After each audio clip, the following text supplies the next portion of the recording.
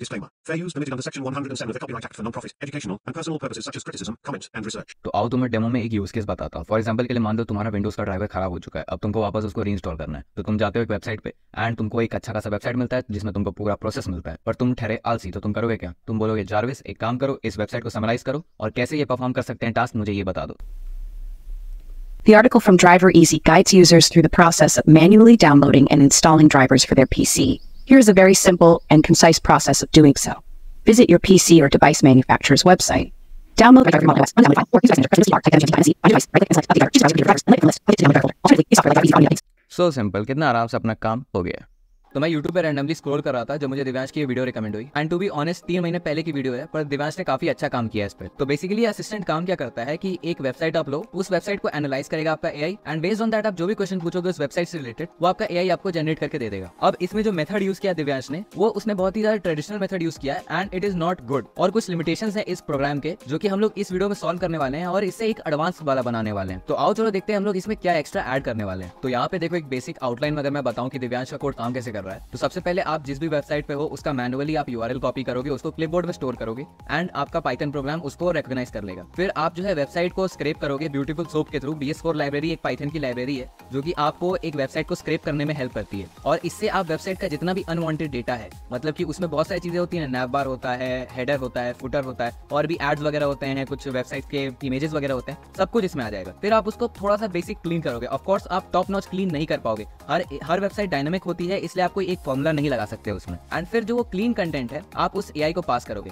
अगर कंटेक्स्ट बहुत ज्यादा बड़ा होता है तो यहाँ पे आपका मुसीबत है, कह लो, आप आगे कुछ नहीं कर सकते। बट इन केस अगर आपका context with in the limit होता है तब आप अपने एआई को वो क्लीन कंटेंट प्रोवाइड करते हो जो कि पूरा क्लीन नहीं है, बस एक बेसिक कह लो, थोड़ा सा ठीक ठाक है और आपका एआई जो है उसका समरी या जो भी क्वेरी आप पूछते हो वो आपको जनरेट करके दे देता है। नाउ इसमें दो चीजों की दिक्कत है। सबसे पहला दिक्कत है कि आपका यूआरएल जो है वो मैनुअली कॉपी कर रहे हो, इसमें ऑटोमेटेड नहीं है। द सेकंड पार्ट इज कि आप ब्यूटीफुल सूप के थ्रू आप स्क्रैप कर रहे हो तो आपका ऑफ कोर्स बहुत सारे अनवांटेड कंटेंट जो है वो आएंगे और वो डिस्टर्ब करेंगे आपके एआई को। And the third part is कि कंटेक्स्ट अगर ज्यादा बड़ा है तो आपको इशू वापस से झेलना पड़ सकता है। एंड जनरली वेबसाइट का जो कंटेंट होता है वो बहुत ज्यादा ही बड़ा होता है, वास्ट होता है, मतलब बहुत सारे टैग्स वगैरह होते हैं, बहुत सारे एड्स वगैरह होते हैं, तो वो मिला जुला के कह लो कुछ लिमिटेड वेबसाइट्स हैं जो कि इससे आप एक्सेस कर सकते हो। तो अब देखो इसको हम लोग सॉल्व कैसे करने वाले हैं। तो यहाँ पे मैंने क्या किया है, मैंने कनेक्ट किया SQLite के थ्रू क्रोम के डेटाबेस से जो कि आपके पीसी पे लोकली स्टोर होता है। एंड फिर उसमें से जो आखिरी यूआरएल वही होगा जिस वेबसाइट पे आप करंटली होगे, तो वो हम लोग एक्सट्रैक्ट कर लेंगे। ये ऑटोमेटेड प्रोसेस है, इसमें आपको कोई मेहनत करने की जरूरत नहीं, आपको बस एक कमांड देना है कि जारविस इसको एनालाइज करो, दैट्स इट। जो भी आप वेबसाइट पे रहोगे वो आपका लेटेस्ट यूआरएल रहेगा। फिर एक जेना एआई रीडर एपीआई है जो कि फ्री में आपको अनलिमिटेड टोकन देती है और जितना बड़ा भी वेबसाइट आप दो,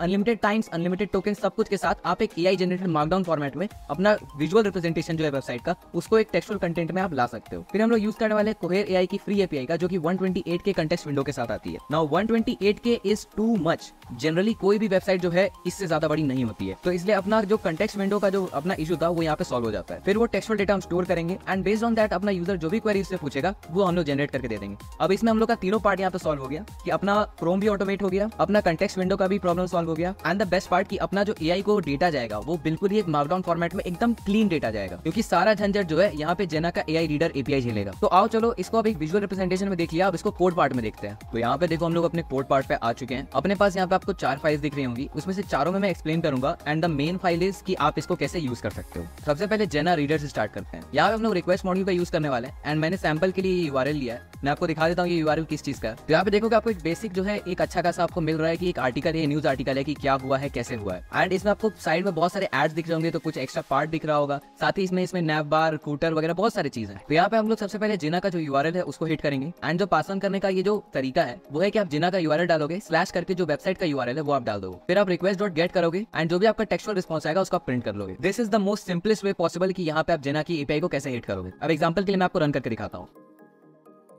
यहाँ पे देखो एक प्यारा सा अपने को मार्कडाउन फॉर्मेट में सब कुछ आ गया। सबसे पहले देखो ये एपीआई यूआरएल जो मैंने यहाँ पे प्रिंट किया था कि this is the API URL you have to hit and after that देखो इसने एक टाइटल दिया, यूआरएल सोर्स दिया एंड मार्कडाउन कंटेंट में देखो इसने कंप्लीटली अच्छा से उस पूरे एआई के जितने भी उसमें जो भी पार्ट थे उसका एक अच्छा खासा प्यारा सा आपको टेक्सचुअल कंटेंट में जनरेट करके दे दिया एंड अक्रॉस दैट जो भी इसमें कुछ भी मान लो आपके इमेजेस वगैरह थे तो यहाँ पे देखो उसने इसका यूआरएल भी दिया है कि इनकेस अगर जरूरत पड़े, अगर आपका एआई उतना केपेबल है, मतलब अगर आप एआई एजेंट्स यूज करते हो तो आपका एआई इमेजेस भी अंडरस्टैंड कर सकता है। वो फ्यूचर की चीज है, अभी बेसिक चीज पे फोकस फोकस करते हैं। तो यहाँ पे देखो इसमें अपना ब्यूटीफुल सोप नहीं यूज करने की वजह से कितना ज्यादा आसान हो गया काम, और चूंकि ये अनलिमिटेड है तो इसलिए आपको कहीं से भी टेंशन लेने की भी जरूरत नहीं है कि अपने को कुछ लिमिट्स मिलेंगे, कुछ अनलिमिटेड का कुछ भी कोई इशू नहीं है। अब सिमिलरली मैं आपको एक और विंडो इस पे यूआरएल पे हिट करके बताता हूँ, जैसे मेरे पास ये स्टैक ओवरफ्लो का यूआरएल है। आई होप सो आप लोगों को पता होगा कि स्टैक ओवरफ्लो क्या है, तो चलो इसको भी रन करके देखते हैं। तो यहाँ पे भी देखो स्टैक यूआरएल, स्टैक ओवरफ्लो का जितना भी इंपॉर्टेंट डेटा था उसने यहाँ से एक्सट्रैक्ट किया है एंड एक एक करके उसने सब कुछ मुझे बता दिया है। इसमें देखो सब कुछ प्राइस वगैरह सब कुछ इसमें ऐड हो चुके हैं, जो भी अपने कंटेंट था अपने वेबसाइट पे वो सब कुछ इसमें ऐड हो चुका है। तो काफी लंबा मार्कडाउन कंटेंट है, इसलिए अपने को इतना पढ़ने का जरूरत नहीं, अपने डिटेल में जाने का जरूरत नहीं। अभी चलो इसको बंद करते हैं and then let's come back to the URL extractor. अब देखो यहाँ पे ही पार्ट आता है कि कैसे हम लोग ऑटोमेट करने वाले हैं। तो गूगल क्रोम को ऑटोमेट करने के लिए सबसे पहला इशू जो आपको ध्यान में रखना है कि जब तक आपका गूगल क्रोम ओपन है आप डायरेक्टली कनेक्ट नहीं कर सकते हो SQLite के सर्वर से, जो कि आपके पीसी पे लोकली स्टोर रहती है। तो हम लोग क्या करने वाले, क्योंकि ऑफकोर्स हम लोग क्रोम पे वो बंद करेंगे नहीं,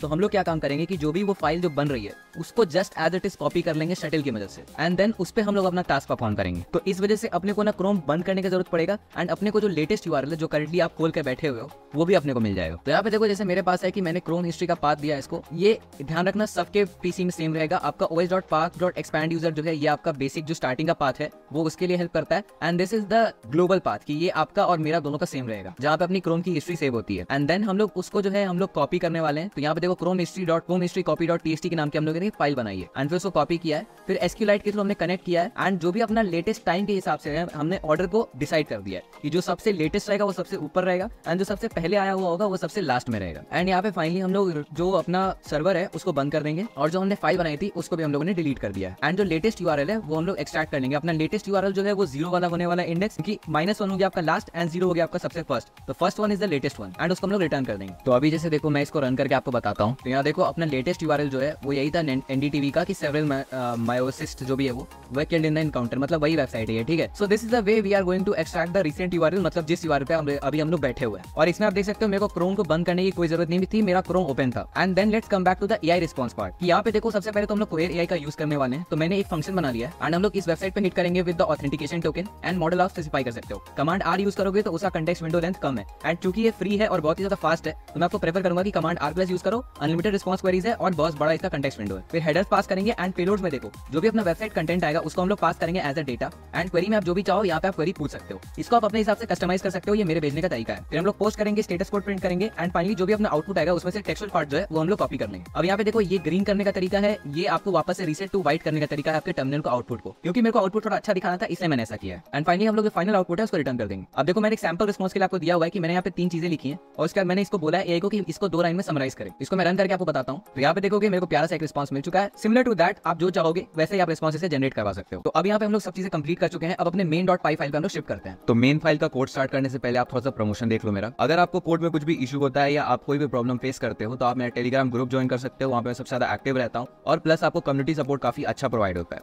अगर आप इनके टेलीग्राम पे कांटेक्ट नहीं कर सकते तो आप मेरे इंस्टाग्राम के हैंडल पे कांटेक्ट कर सकते हो। नाउ यहाँ देखो हम लोग 3 चीजें इंपोर्ट करने वाले हैं, रिक्वेस्ट मॉड्यूल, उसके बाद यूआरएल एक्सट्रैक्टर और AI रिस्पांस जो है ये हम लोग की लोकल फाइल है जो हमने पिछली बार बनाई थी और पिछले बार चेक किया था। अब हम लोग सर्च यूआरएल डिफाइन करने वाले हैं कि जो भी लेटेस्ट यूआरएल होगा वो यूआरएल अपना कॉपी हो जाएगा and we can use it. उसके बाद हम लोग जिना यूआरएल जो API है उसको हिट करने वाले हैं एंड फाइनली हम लोग जो रिस्पांस है वो हम लोग गेट करेंगे इस API को हिट करके। हम लोग टेक्सचुअल रिस्पांस इसमें से टेक आउट करेंगे एंड उसके बाद जैसे ये हो जाता है तो हम लोग एक प्रिंट स्टेटमेंट करवा देंगे कि fetch the website content and उसके बाद जो भी अपना कंटेंट है मार्कडाउन फॉर्मेट में उसको कोहेर AI को हम लोग समराइज करने के लिए दे देंगे। तो अभी एक बार मैं दिखा देता हूँ पहले आपको। तो यहाँ पे आप देखोगे मेरे पास ये है टाइम्स ऑफ इंडिया का ये आर्टिकल है कुछ जो भी है, इसी को हम लोग क्या बोलते हैं स्क्रैप करने वाले हैं एंड इसी का एनालिसिस करने वाले हैं। तो अभी मैं इसको रन पे क्लिक करता हूँ।